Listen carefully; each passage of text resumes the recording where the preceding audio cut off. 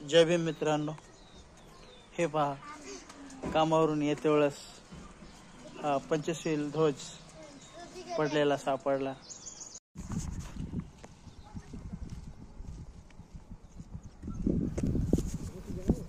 या गावामध्ये आमचं बौद्धांचं एकही घर नाही.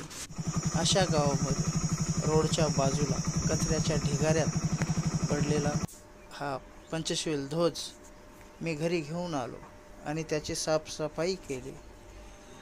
तर हा धम्मध्वजाच्या 5ही रंगाची मी आपल्याला थोडक्यात माहिती देतो.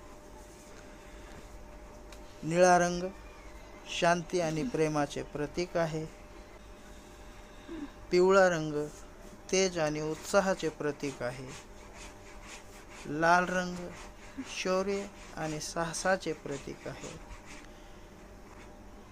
पांढरा रंग शुद्धता आणि निर्मलतेचे प्रतीक आहे.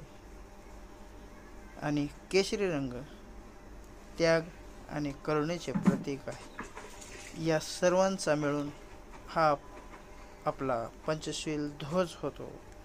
तर मित्रांनो, असे कोणत्याही समाजाचे किंवा कोणतेही ध्वज जर सापडले तर अशा पद्धतीनं कचऱ्यात फेकू नका. मलाही छत्रपती शिवाजी महाराजांचा ध्वज सापडला, पण मी अशाच पद्धतीनं साफ करून घरी ठेवला. जय भीम, नमो बुद्धाय, धन्यवाद.